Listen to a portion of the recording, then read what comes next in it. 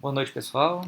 E aí, vamos voltar às nossas aulas, né? A gente teve aí essa parada, né, que foi um pouco contra a nossa vontade, contra nosso controle, inclusive, né? Mas vamos voltar aí, vamos falar sobre sistemas distribuídos. A gente vai ter nosso encontro semanal, vai continuar existindo, ainda que à distância. Então, antes de eu começar a falar qualquer coisa aí, vou dar uma repassada em como vai funcionar, né? Pelo menos por enquanto, como que vai funcionar nesse começo aí.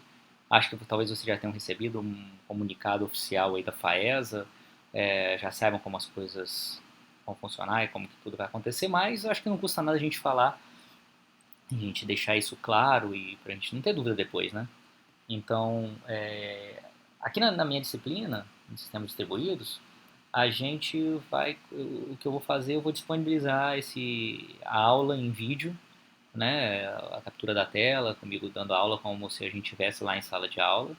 Ela vai ficar lá disponível para vocês verem, reverem e fazerem do jeito que vocês quiserem. Então vocês podem olhar a aula milhões de vezes, voltar nas partes que vocês não entenderem direito. Então acho que dá inclusive essa flexibilidade para vocês fazerem isso. E durante o horário da aula, né? Segunda-feira de 8 e meia, né? Segunda-feira de 8 e meia às 10, a gente vai estar lá no chat do AVA, disponível para debater um pouco o assunto, do que a gente estiver questionando, estudando, tirar dúvidas também. Então eu acho que vale também entrar lá. Na verdade, vale por dois motivos. Vale porque eu acho que é interessante para a gente poder trocar ideia, uma coisa que vocês não entenderem, ou a gente debater um pouco mais sobre assuntos relacionados ao que a gente está estudando, sempre engrandece. E também porque vale presença. Então, na verdade, as nossas aulas, como a gente não vai estar fisicamente lá, a presença vai ser medida de duas formas. A gente tem duas aulas, né? São duas presenças de 8 e meia às 10. São duas aulas. Então a gente tem uma presença que é dada pela participação no chat. Então, se você estiver lá, e tem que ficar até o final, tá? Tem que ficar até o final do chat. Então, se você, no final do chat eu vejo lá quem participou, quem está online, quem estiver online leva uma presença. E a outra presença vai ser com um questionário. No final de cada aula, vocês vão liberar um questionário, 5 perguntinhas básicas sobre o assunto que a gente viu. E como o nosso encontro é semanal, então vocês vão ter bastante tempo para fazer o questionário, é uma semana, né? Porque o questionário ele vai ficar aberto até a próxima aula, né? Então vocês até a próxima aula vocês vão poder responder 5 perguntinhas. Vocês podem rever a aula e aí vocês vão fazer um questionáriozinho com 5 perguntas sobre o conteúdo que foi dado naquela aula. Então fazendo o questionário é a outra presença. Então não deixem de fazer o questionário e não deixem de participar no chat, senão vocês podem ter problema de presença no final. Fazendo isso aí, a gente vai conseguir levar numa boa, tá certo? Por enquanto a gente não vai ter nenhum tipo de atividade avaliativa, conforme foi solicitado pela FAESA, né, institucionalmente, mas a gente vai levando as aulas aí numa boa. Qualquer dúvida, qualquer questionamento, qualquer coisa, vocês podem mandar e-mail, podem falar comigo no chat, podem mandar mensagens pelo AVA e eu também estou confinado em casa, mas eu vou responder para vocês assim que puder, beleza? Aí no chat é na hora, né? Mas no e-mail e no AVA, assim que eu vi, eu estou sempre olhando, então eu respondo a vocês, tá certo? Então, boa sorte aí pra gente nesse momento e vamos tocar o barco, né? Vamos falar um pouquinho aí sobre sistemas distribuídos.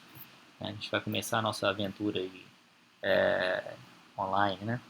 Hoje é segunda-feira, dia 23 de março, né? Então a gente vai começar a nossa. A gente vai se embrenhar pelo mundo online ali. Então vamos lá. Hoje a gente vai começar a falar. A gente começou a falar, né, sobre o sistema distribuído, já falou sobre aqueles. A última coisa que a gente falou foi sobre os mecanismos de comunicação, vocês lembram? A gente falou sobre o que é peer-to-peer, o que é mecanismo de N camadas, o que o mecanismo de comunicação cliente-servidor, com push tradicional. Então a gente já passou por aquilo e tudo. E a gente falou um pouco também de sincronização, quando a gente estava falando sobre NTP, lembra? O NTP é aquele protocolo que permite que as máquinas se sincronizem com o servidor, né? Um servidor de NTP, que aí elas ficam com o mesmo tempo do servidor de NTP. O que é muito válido e funciona muito bem quando você tem um parque de máquinas e você precisa que todas elas tenham, os relógios estejam sincronizados, né? Que todas elas marquem o mesmo tempo, marquem o mesmo horário. Então, basicamente, elas ficam periodicamente perguntando que horas são para um servidor externo, que é o servidor de NTP, e aí elas conseguem se sincronizar. A gente falou em detalhes como é que funciona o NTP, tem lá no slide explicado direitinho, eu não vou rever todo o NTP aqui agora, porque não faz muito sentido, a gente já viu isso. O NTP ele faz exatamente isso, ele fica perguntando que horas são e também tenta calcular melhor o horário, levando em conta que entre o tempo que eu faço a pergunta e o tempo que o servidor me responde, né, há uma variação, ou seja, passa um tempo, né? Eu pergunto para o servidor, quando ele me responde, quando a resposta chega até mim, já não é a hora que ele respondeu. Já é a hora que ele respondeu, mais o tempo de propagação da mensagem do servidor até mim. Então o NTP tenta estimar um pouco como é que é esse tempo aí. Bom, não vem bem ao caso agora, a gente já falou sobre isso. O NTP ele funciona muito bem, tanto que ele é extremamente utilizado, ele é o protocolo de sincronização padrão da internet, em que todos os servidores usam. E ele é muito bom quando você tem controle sobre todas as máquinas. Né? Você tem um parque de máquinas, tem um parque de servidores na minha empresa, ou máquinas na minha casa, e eu quero que todas elas estejam sincronizadas. Quando você controla as máquinas todas, ele é uma questão muito fácil de usar. É simples. Você vai lá, configura qual servidor de NTP, a máquina fica periodicamente perguntando, se sincronizando, né? Que horas são e tal, e aí tudo funciona. Os celulares funcionam assim, né? Com a NTP. Por isso que os celulares estão sempre com a hora correta. Muda a hora de verão, o celular muda a hora. E o celular, você não precisa ficar ajustando a hora de celular. Porque ele tem um servidor de NTP lá da operadora e que ele fica se comunicando periodicamente. Porque isso funciona direitinho, porque a operadora, quando você põe o chip lá, ela está lá configurada direitinho com os requisitos dela. Mas nas máquinas pessoais, nos computadores, isso nem sempre funciona assim. E nem sempre quando você tem uma aplicação, você precisa muitas vezes da sincronia, do sincronismo, mas você não tem como garantir que as máquinas vão estar configuradas com NTP. Como é que eu posso garantir? Mas onde que eu preciso de sincronização? Imagina um jogo. Jogos estão em moda hoje, Fortnite e tal, né? Preciso saber o que aconteceu antes, quem atirou primeiro, coisas desse tipo. E aí, mas eu não consigo garantir que todos os jogadores estão sincronizados utilizando um servidor de NTP comum, né? É complicado isso. Falar, não, pra você instalar o Fortnite e jogar, tem que antes instalar, configurar o NTP, não sei. Já complicou. Já vai ter outro jogo que vai ganhar mercado e esse aí vai ficar para trás. Porque, porra, complicou muito, você tem que configurar um servidor de NTP para isso. Então, existem outras soluções de sincronização que não necessariamente precisam que você sincronize com um servidor externo. E aí um deles a gente vai falar hoje muito en passant, muito rápido, porque o que importa mais é o NTP, esse é mais o outro, eu vou passar bem rápido. Não se preocupem se vocês não entenderem tudo, é só para a gente saber que existe, na verdade. É uma solução conhecida como relógio de Lamport. Lamport foi o cara que propôs isso. Vou passar bem rápido, é só para a gente ter noção de que existe, e depois a gente vai para o que realmente importa, que são os mecanismos de replicação. Né? Aí sim são importantes. A replicação ela permite que você tenha cópias de dados, né? Você tem um dado numa máquina e tem o dado também replicado em outra máquina. Para se uma máquina der defeito, a outra tem a replicação do dado. Então a gente vai falar mais sobre isso. A aula vai ser mais sobre essa parte de replicação. Isso é extremamente importante para depois a gente entender, por exemplo, os mecanismos de cluster que a gente vai falar na próxima aula. E também é interessante para a gente entender como é que funciona a replicação em banco de dados. Eu vou falar nisso. Todos os sistemas de banco de dados atuais, corporativos, né, que funcionam nas empresas, eles não podem depender de um servidor só. Se o servidor para de funcionar, o banco de dados sai do ar. Isso não pode ser assim, né? Então você tem que ter uma replicação dos dados para que se um saia do ar, o outro assuma a posição daquele e os dados estejam lá, consistentes, do jeito que eles deveriam estar. Então a gente vai falar nesses mecanismos aí quando a gente estiver falando em replicação. Banco de dados foi só um exemplo, tem vários outros usos que a gente vai falar ao longo da aula. Beleza? Vamos partir então, continuar a nossa aula. Vamos falar aqui sobre sincronização em sistemas distribuídos. Já falei com vocês, a gente já viu o funcionamento do NTP. Como eu falei com vocês, nem sempre a gente pode usar o NTP, porque os nós não estarem no mesmo domínio quer dizer que às vezes nem sempre eu tenho poder de administração sobre os nós, né? Participantes da rede que eu quero que esteja sincronizada. Mas muitas vezes, como é o caso dos jogos, que eu dei exemplo também, você não precisa sincronizar os relógios. Eu só preciso saber o que aconteceu antes. Eu não preciso saber que horas que o fulano de tal deu um tiro. Eu preciso saber se o tiro dele veio antes ou depois do outro jogador. Só isso. E aí os relógios de Laporte, né, relógios lógicos de Laporte, eles servem isso. Servem para essa função. Quando eu não preciso saber da hora exatamente. Eu só preciso saber quem veio antes e quem veio depois. Aí, ó, o exemplozinho aí de um jogo em primeira pessoa. Quem atirou primeiro, né? Então quem ganha ponto? Dois atiraram ao mesmo tempo. E aí, quem ganha o ponto do tiro que deu? Um ou outro? É uma solução bem antiga, muito mais antiga do que os jogos em primeira pessoa que a gente está falando aqui. Foi proposto em 78, 1978, e basicamente é um contador de software. É um contador. Contador, 1, 2, 3, 4, de acordo com os eventos, e a contagem distribuída. A diferença é essa. Contador normal que vocês estão acostumados, aí, que vocês já viram nas aulas de programação, né? Você tem normalmente um laço lá, um for, um while, você vai contando, botando numa variável. Aqui a diferença é que o contador ele vai contando eventos que aconteceram em várias máquinas. Então você começa a contagem numa máquina, a contagem vai para outra máquina, depois vai para outra, né? Eu só me serve para eu saber a ordem de ocorrência dos eventos. Se tem mais de uma máquina, se as máquinas não interagem entre si aqui, você não precisa de sincronização. Só precisa de sincronização quando as máquinas interagem. Se elas não interagirem, não tiver nenhum tipo de comunicação entre duas máquinas, para que eu vou sincronizar? Se não tem interação, não preciso saber o que aconteceu antes e o que aconteceu depois. Então vamos lá. Que nem eu falei com vocês, prometi para vocês aqui, isso vai ser bem rápido. Basicamente, os relógios de Laporte são baseados num princípio chamado princípio da causalidade, que é o seguinte: se A e B são eventos que acontecem no mesmo processo, na mesma máquina, né? Na máquina de usuário, acontece o evento A e o evento B.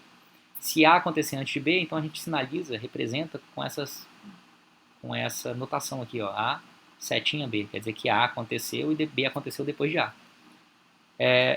Se um processo envia mensagem M para outro processo, se um processo envia uma máquina, cada processo aí está rodando numa máquina diferente, por exemplo.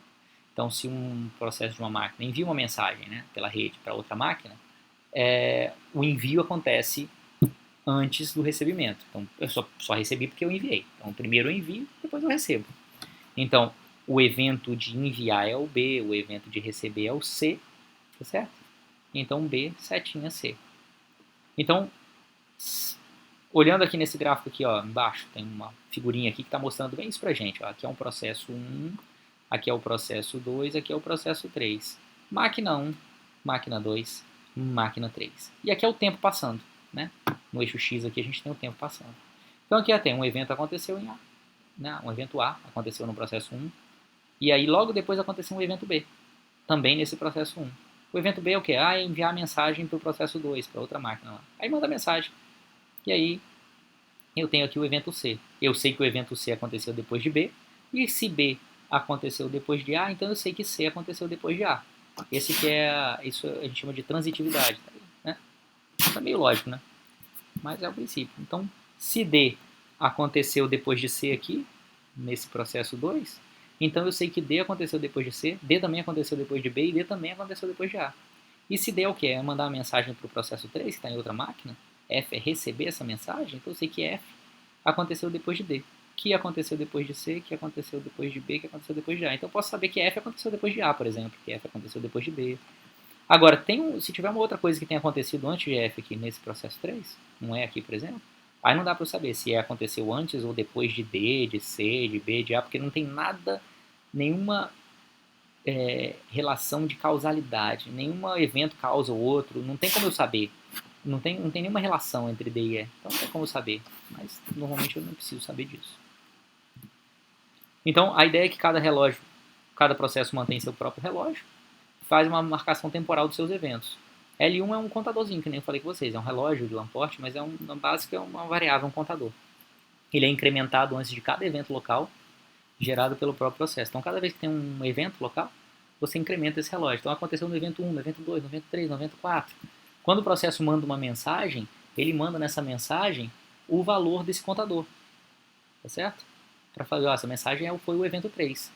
Quando a outra máquina recebe essa mensagem, aí ela dá uma olhada e fala o seguinte: se o envio foi o tempo 3, então agora é o tempo 4.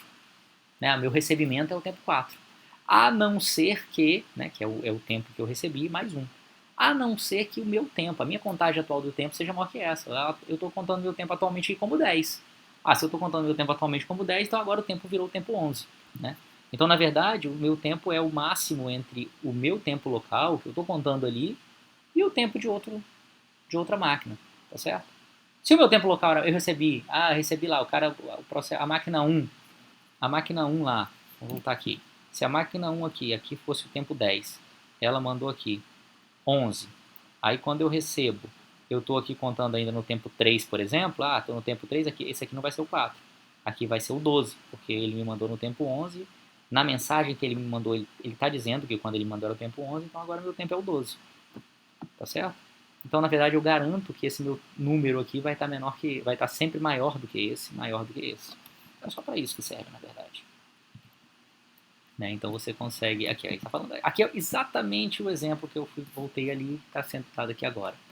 Certo? Aqui os processos começam com contagem de tempo zero. Esse aqui é o evento 1 desse processo. Esse aqui é o evento 2 desse processo, porque é o evento que aconteceu logo depois do 1. Aí eu mando dizendo, o meu é o 2. Quando esse cara aqui recebe, ele está no tempo zero, porque não aconteceu nenhum evento nele. Ó. Então esse evento seria o 1. Mas como esse evento foi recebimento de uma mensagem, né, e que ela disse, eu mandei no tempo 2, então eu fico com o tempo 3, que é 2 mais 1, 3. Esse aqui é o tempo 4. Esse outro evento que aconteceu aqui, eu não sei dizer se ele é antes ou depois desses outros eventos. Então ele é o evento 1 desse processo.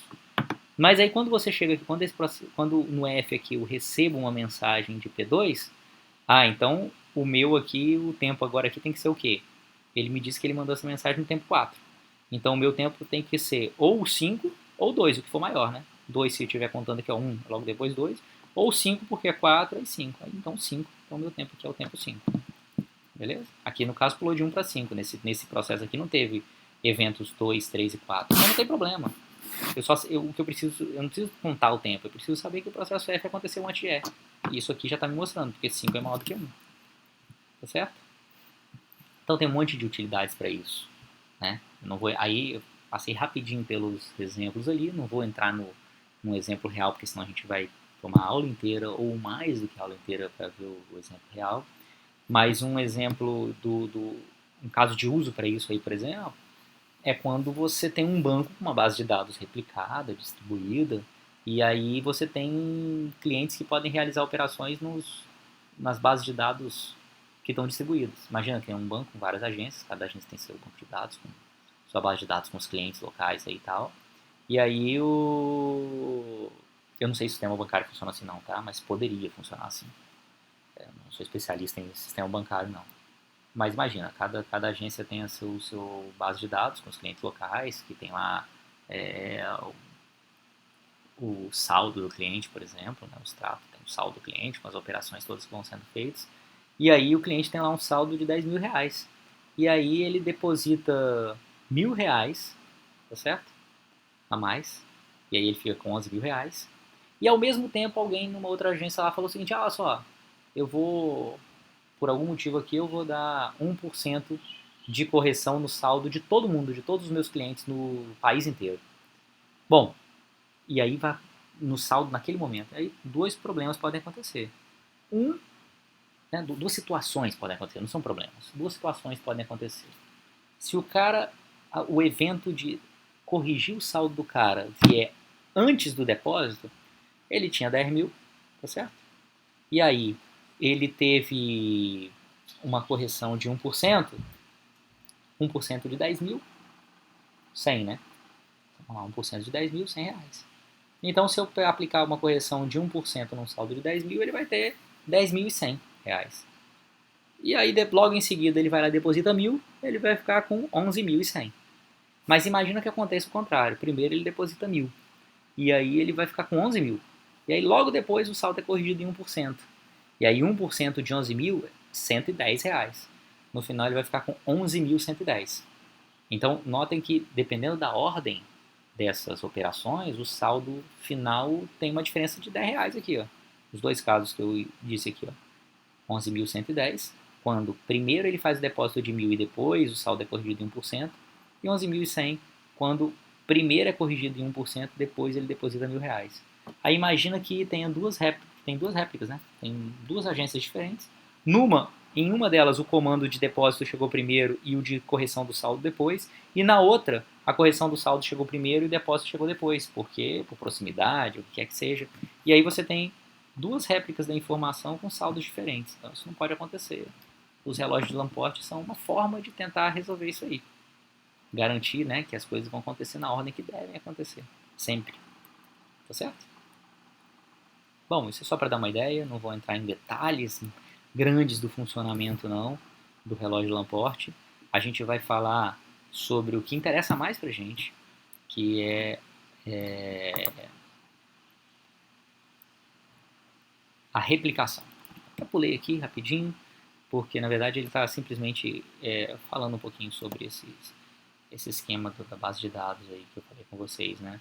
Que na verdade para isso funcionar o processo tem que enviar mensagem com o seu timestamp, né? Que é o seu relógio de Lamport para todos os outros processos, e aí exatamente mais como ele funciona.